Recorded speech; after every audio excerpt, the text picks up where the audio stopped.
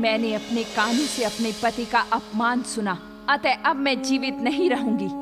दक्ष की रक्षा के वचन से बंधे भगवान विष्णु ने भी वीरभद्र को रोकने का प्रयास किया और सुदर्शन चक्र का प्रहार किया। अब तक शिव गणों तथा वीरभद्र ने यज्ञशाला को पूरी तरह से नष्ट कर दिया था। कृपया बलि के बकरे का शीश मंगवाइए। भगवान शिव ने उसे दक्ष की गर्दन से जोड़ दिया। मैं चाहता हूं कि तुम हिमालय पर ध्यान मग्न शिव की सेवा करो। हे वत्स, मैं तुम्हारी तपस्या से प्रसन्न हुआ, वरदान मांगो। तारकासुर ने झुककर ब्रह्मदेव को प्रणाम किया। मेरे प्रभु, यदि वरदान देना है तो आप मुझे ये वरदान दीजिए कि मैं अमर हो जाऊं। तुम एक असंभव वरदान मांग रहे हो। जिसने भी जन्म लिया है उसकी मृत्यु निश्चित है। कोई दूसरा वर मांगो। तारकासुर सोचने लगा। शिव तो इस समय ध्यान मग्न है, इसलिए विवाह नहीं करेंगे। यही मेरे लिए सर्वोत्तम उपाय है। प्रभु, आप मुझे वरदान दें कि मैं केवल शिव के पुत्र के हाथों ही मारा जाऊं। ऐसा ही होगा। धन्यवाद मेरे प्रभु। ब्रह्मदेव ये वरदान देकर अंतर्ध्यान हो गए और इधर वरदान पाकर तारकासुर ने मौत का तांडव आरंभ कर दिया। उसने देवलोक को जीतकर सबको बंदी बना लिया।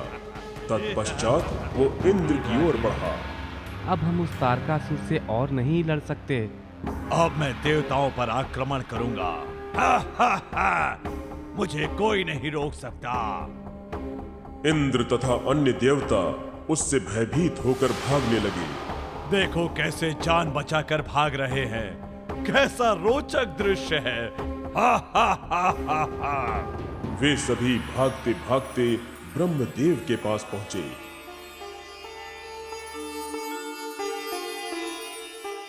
हे प्रभु, हमारी सहायता करें। कृपया शांत हो जाएं इंद्र। आप इस तरह क्यों भाग रहे हैं? तारकासुर के हाथों प्राण बचाकर आए हैं हम। कृपया कुछ कीजिए।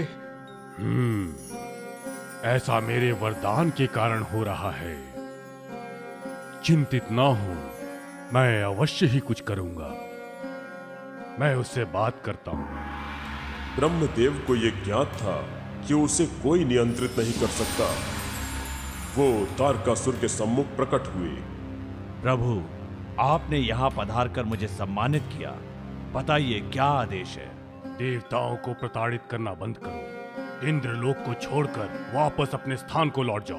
ओह, तो आप इंद्र की मदद करने आए हैं। ठीक है, मैं देवलोक छोड़कर इसलिए जा रहा हूं क्योंकि ये आपका आदेश है।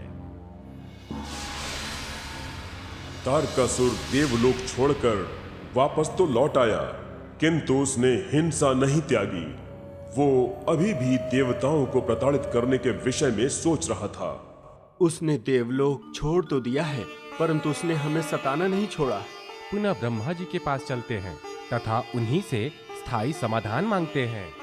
ठीक है, आइए चलें। इंद्र तथा अन्य देवता पुनः ब्रह्मदेव के समक्ष उपस्थित हुए। आपका स्वागत है पुत्रों। आप सब इतने दुखी तथा हताश क्यों हैं? तारकासुर जो हम लोगों का शत्रु है, उसका वध कैसे संभव हो पाएगा? उसे मारना ही होगा। हम आपके पास ये रहस्य जानने आए हैं कि युद्ध में उसे हराकर कौन उसका वध करेगा। मैं असहाय हूं। तारक की इस शक्ति का कारण मेरे द्वारा दिया गया वरदान ही है, किंतु एक उपाय अवश्य है। उपाय हमें बताएं। उससे मुक्ति का शीघ्र उपाय बताएं। केवल भगवान शिव का पुत्र ही तारकासुर का वध कर सकता है। आप जो कह रहे हैं वो असंभव है। शिव जी ध्यान मग्न है। कुछ भी असंभव नहीं है। मुझे ज्ञात है कि वो ध्यान मग्न हैं, परंतु अब ये आप लोगों के हाथ में है। शिव का पार्वती से विवाह सुनिश्चित है। संहारक पिता की संतान होने के कारण तारकासुर का वध उसके हाथों होगा। धन्यवाद प्रभु। मैं प्रेम की देवी रति को तथा कामदेव को आदेश देता हूँ कि वो भगवान शिव को पार्वती के प्रेम में आसक्त करने का प्रयास करे। इंद्र उसी पल प्रेम के देवता कामदेव के पास जा पहुंचे। कामदेव तथा रति ने उनका स्वागत किया। आपका स्वागत है प्रभु।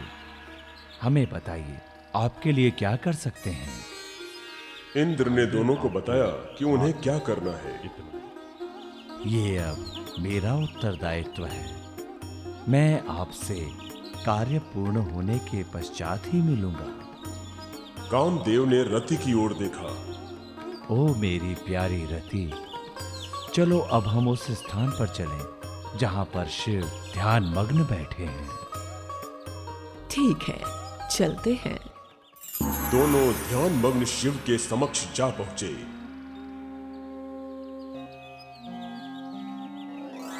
रति, मेरा साहस टूट रहा है। मैं अपना प्रेम बाण उन पर नहीं चला पा रहा हूं। चिंता न करें, कार्य पूर्ण करें। उसी समय पार्वती शिव के लिए पुष्प ले जा रही थीं। जब वो कामदेव के सामने से निकली तो उनकी हिम्मत बढ़ी। पार्वती ने शिव के चरणों में पुष्प रख दिया। तभी शिव ने नेत्र खोले। तुम्हें ऐसे पति की प्राप्ति हो जो केवल तुमसे ही प्रेम करे। हाँ, धन्यवाद प्रभु। जैसे ही पार्वती भगवान शिव के गले में वरमाला डालने जा रही थी, हाँ, यही वो उपयुक्त अवसर है। अब मैं अपना प्रेम बाण चलाता हूं। कामदेव का प्रेम बाण जैसे ही भगवान शिव को लगा, वो पार्वती को प्रेम से निहारने लगे। ये मेरे साथ क्या हो रहा है? मैं आत्मसंयम खो रहा हूं। अगले ही क्षण उन्होंने अपने को वश में कर लिया। कोई मेरा ध्यान भंग करना चाहता है। इतना दुस्साहस! भगवान शिव ने जब इधर उधर देखा तो उन्हें कामदेव धनुष बाण के साथ दिखाई दिए। क्रोध में भरकर उन्होंने अपना तीसरा नेत्र खोल दिया तथा उसकी अग्नि से कामदेव को भस्म कर दिया। हे मेरे प्रभु! पार्वती विवाह के लिए तैयार थी कि उन्होंने दुख से बेहोश पड़ी रति को देखा। उसी समय पार्वती को अपने पिता आते दिखे। उन्हें पार्वती के चेहरे पर चिंता की रेखाएं दिखीं। मेरी बच्ची, तुम्हें क्या हुआ? तुम चिंतित प्रतीत हो रही हो। जी पिताश्री, जब मैं पुष्प लेकर आई तो मैंने देखा भगवान शिव। चिंता मत करो पुत्री, चलो महल वापस चलते हैं। जी। पार्वती ने हिमावत को संपूर्ण वृत्तांत सुनाया। कुछ समय पश्चात रति की मूर्छा भंग हुई। ओह, मैं उनके बिना कैसे जी पाऊंगी? मैं मृत्यु का वरण करूंगी। जैसे ही रति स्वयं को समाप्त करने जा रही थी, एक आकाशवाणी हुई। ठहरो रति, चिंता मत करो। जब प्रभु शिव पार्वती से विवाह करेंगे तो वो तुम्हारे पति को जीवित कर देंगे। रति उस पल की प्रतीक्षा करने लगी जब भगवान शिव उसके पति को जीवित करेंगे। उधर महल में मैं शिव को जीत कर रहूंगी। इसके लिए तब ही एकमात्र रास्ता है। दूसरे दिवस पिताश्री, कृपया मुझे वन में जाकर तप करने की आज्ञा दें। भगवान शिव के प्रेम को पाने का यही एक उपाय है। ठीक है, जैसी तुम्हारी इच्छा पुत्री। तुम अपना ध्यान रखना पुत्री। माता पिता से अनुमति लेकर पार्वती समीप के जंगल में बैठकर तप करने लगी। प्रतिदिन पूजा के पश्चात वो स्वच्छ जल में गर्दन तक डूबकर ध्यान मग्न हो जाती। दिन बीतने लगे। उनकी शिव से विवाह की इच्छा और बलवती होती गई। इसे वरदान देने से पूर्व मैं थोड़ी ठिठोली करता हूं। भगवान शिव एक सन्यासी का रूप धारण करके नदी के किनारे खड़े हो गए। जब पार्वती उधर से आईं, तो उन्होंने उन्हें प्रणाम किया। हे बालिके, सुना है कि तुम तप कर रही हो। तुम्हारा सुकोमल शरीर कैसे इस कठिन काम को कर पाएगा? तुम इसे छोड़ क्यों नहीं देती? पार्वती शांत खड़ी रही। सुनो बालिके, मैं शिव को जानता हूं। वो शरीर पर राख मलता है तथा सर्प लपेटे रहता है। उसके शरीर से दुर्गंध आती रहती है। वो तुम्हारे लिए उपयुक्त नहीं। उसे भूल जाओ तथा किसी अन्य से विवाह कर लो जो तुम्हारे लिए उपयुक्त हो। पार्वती ने क्रोधित होकर कहा, चुप रहो, तुम नहीं जानते, वो महान आत्मा है। मैं जो भी करूं तुम्हें उससे क्या। तुम यहाँ से जाओ, उनके विषय में तुम नहीं बोल सकते। यहाँ से शीघ्र चले जाओ। पार्वती मुड़कर जाने लगी। तभी भगवान शिव ने आगे बढ़कर उनका मार्ग रोक लिया। तब पार्वती को आभास हुआ कि वो सन्यासी कोई और नहीं, उनके आराध्य भगवान शिव ही थे। हे सुशील कन्या, तुम्हारी तपस्या तथा त्याग ने मुझे प्रभावित किया है। मैं तुमसे विवाह करूंगा। ये आपका उपकार है, परंतु आप मेरे पिताश्री से बात करें। मैं ये कार्य शीघ्र करूंगा। इतना कहकर भगवान शिव अंतर्ध्यान हो गए। कैलाश पहुंचकर उन्होंने सप्तऋषियों को बुलाया। ऋषि जनों, आप हिमावत के पास जाए तथा उनसे कहें कि मैं पार्वती से विवाह करना चाहता हूं। ये हम लोगों के लिए बहुत सम्मान की बात है। हम जाकर बात करते हैं। ऋषिगण हिमावत के महल पहुंचे।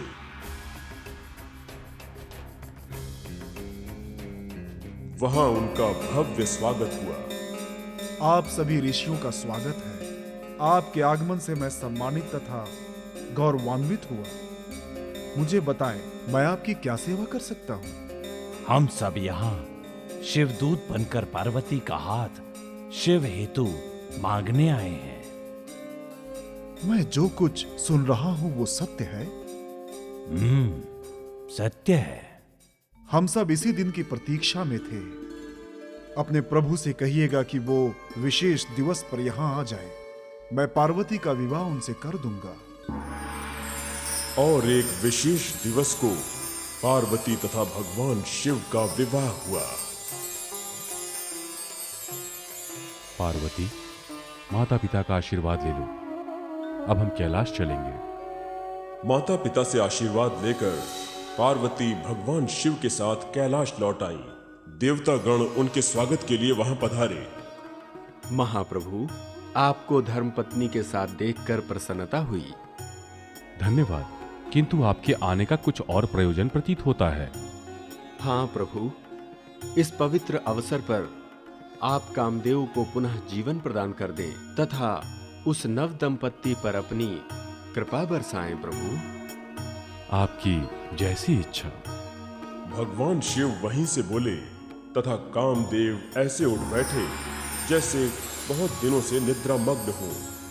रति ने जब देखा कि उसका पति जीवित हो गया है तो वो हर्ष से भर गई। जाने से पहले उन दोनों ने भगवान शिव के प्रति आभार प्रकट किया। आतताइयों का नाश करने के लिए भगवान शिव को एक पुत्र रत्न की प्राप्ति होनी थी, अतः कार्तिकेय की उत्पत्ति हुई। भगवान शिव तथा पार्वती एक दूसरे के साथ प्रसन्नता पूर्वक रह रहे थे। यही उचित समय है जब तारकासुर का वध किया जा सकता है। हमें भगवान शिव को स्मरण दिलाना होगा कि असुर तारकासुर को केवल उनका पुत्र ही मार सकता है। मैं शीघ्र ही अग्निदेव को बुलाकर अपनी योजना से अवगत कराता हूँ। इंद्र ने अग्निदेव को बुलाया।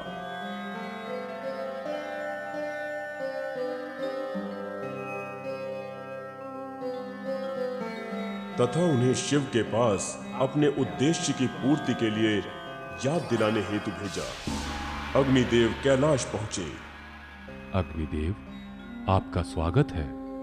हे प्रभु, मैं आपके पास आपको एक बात याद दिलाने आया हूँ। मैं जानता हूं मेरा पुत्र ही तारकासुर का वध कर सकता है। इसे लीजिए, सब कुछ अपने आप ठीक हो जाएगा। भगवान शिव ने उन्हें एक बीज दिया। अग्निदेव ने वो बीज ले तो लिया, किंतु वो बहुत गर्म था, जिससे उनके हाथ जलने लगे। ओह, ये तो अत्यंत गर्म है। इसे इंद्र के पास ले जाता हूँ।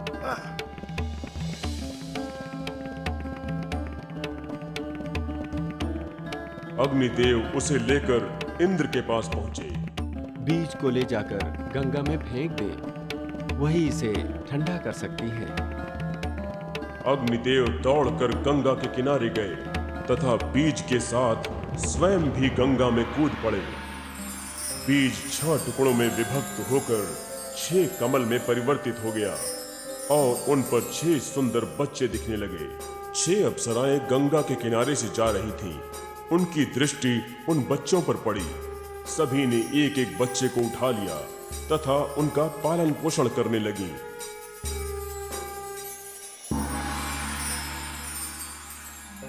पार्वती, तुम्हें ज्ञात है कि हमारा एक पुत्र है? यदि ऐसा है तो देखना होगा कि उसकी देखभाल कौन करता है। 6 अप्सराएं उसकी देखभाल कर रही हैं। जब पार्वती ने यह सुना तो वो बच्चे को देखने के साथ साथ 6 अप्सराओं से मिलने चल दी। ओ मेरे प्यारे पुत्रों! जैसे ही पार्वती ने उन 6 बच्चों को उठाया, वो सभी मिलकर एक ऐसे बच्चे में परिवर्तित हो गए जिसका शरीर तो एक किंतु शीश 6 थे। हम इसका नाम कार्तिकेय रखेंगे। हाँ। भगवान शिव तथा पार्वती कार्तिकेय के साथ कैलाश लौट आए। समय बीतता गया तथा कार्तिकेय भी एक सुंदर युवक बन गया। एक दिन इंद्र तथा अन्य देवता कैलाश आए।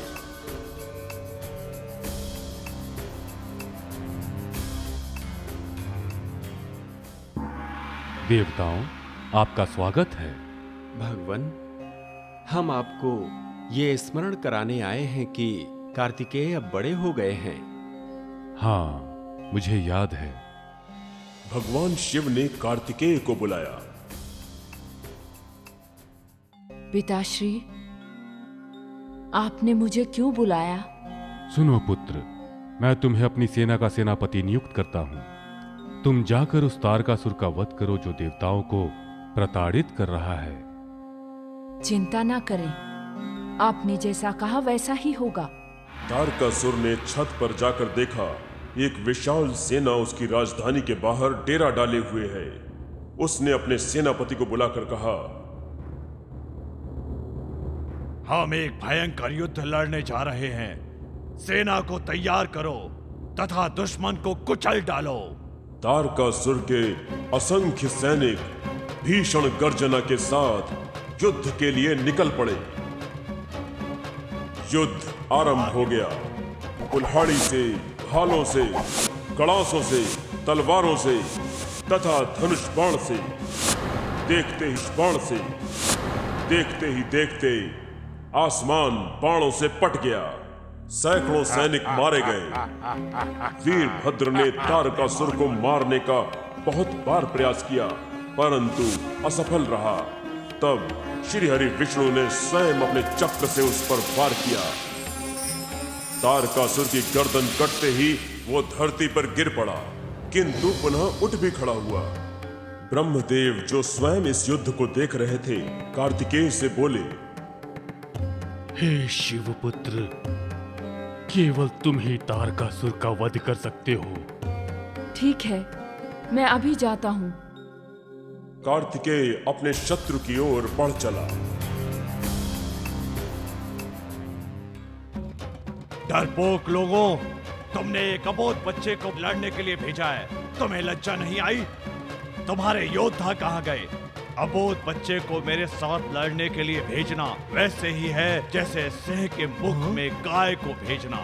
ये सत्य है कि मैं इस बालक का वध कर सकता हूँ, परंतु एक अबोध बच्चे को मारना मेरे जैसे प्रतापी राक्षस के लिए कदापि उचित नहीं होगा।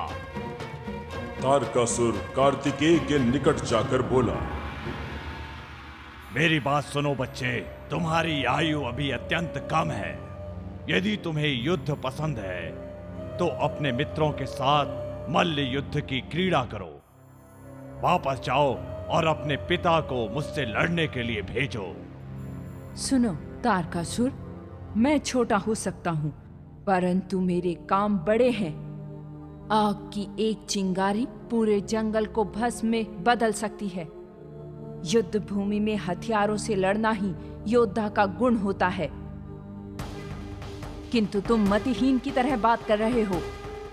अपना प्रलाप बंद करो। आओ, मुझसे युद्ध करो। ठीक है तो बचो। दोनों के मध्य भीषण युद्ध छिड़ गया। अंततः कार्तिकेय ने अपने माता पिता को याद करके त्रिशूल उठाया तथा तारकासुर के सीने पर प्रहार किया। फलस्वरूप शक्तिशाली तारकासुर धरती पर गिर पड़ा तथा मृत्यु को प्राप्त हुआ।